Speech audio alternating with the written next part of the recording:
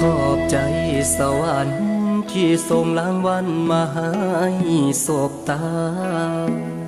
น้องเป็นนางฟ้า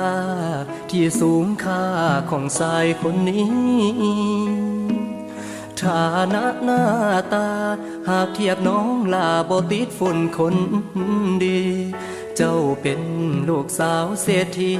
ให้เกียรติสำนีก็เป็นวาสนา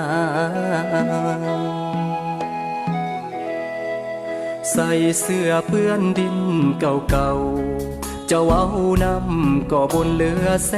นต่อให้อายขึ้นกกไม่แม่นขอน้องเป็นแฟนก็บ่ถึงดอกนา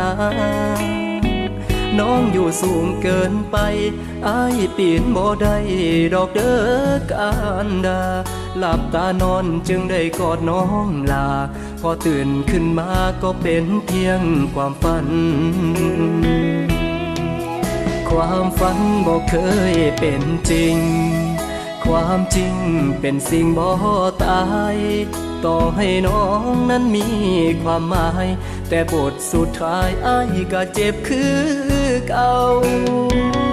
สูงก่อนปลายเผาอ้ายก็ไม่สาวยังแย่บ่ถึงย่านเดย่านหักขาดครึ่งตกมาแต่ถึงบ่สมเจ้าคนดีย่านอ้อมแขนคนจนสิพามองมนเปื้อนหอยลาคีอยากจะฝันให้ไกลกว่านี้ขอโทษอีหลีมันเป็นไปบ่ได้สากหักนิยายขาดตอนละครมันจบลงแล้วใส่กล้องสองยังบ่เห็นแววเข้าคิวต่อแถวบอกหัวใจไว้เกิดมาจนบ่ผิดแต่ผิดที่คิดไปหักเขาหมดใจเขียนใส่ฟ้าแล้วท่องขึ้นใจหากบ่เกิดศาสตร์ใหม่อย่าคิดไกลกว่านี้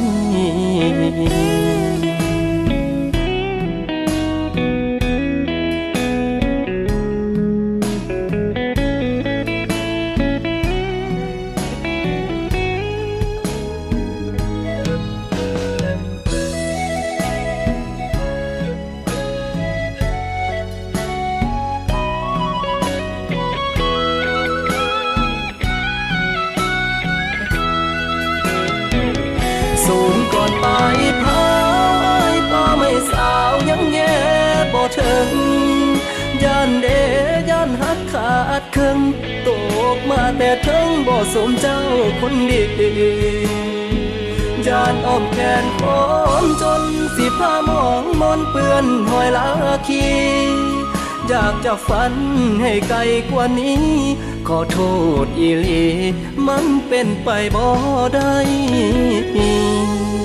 สากหักนิยายขาดตอนละครมันจบลงแล้วใส่กล้องสองยังบ่เห็นแววเข้าคิวต่อแถวบอกหัวใจไว้เกิดมาจนบ่ผิดแต่ผิดที่คิดไปหักเขาหมดใจเขียนใส่ฟ้าแล้วท่องขึ้นใจหากบ่เกิดศาสตร์ใหม่อย่าคิดไกลกว่านี้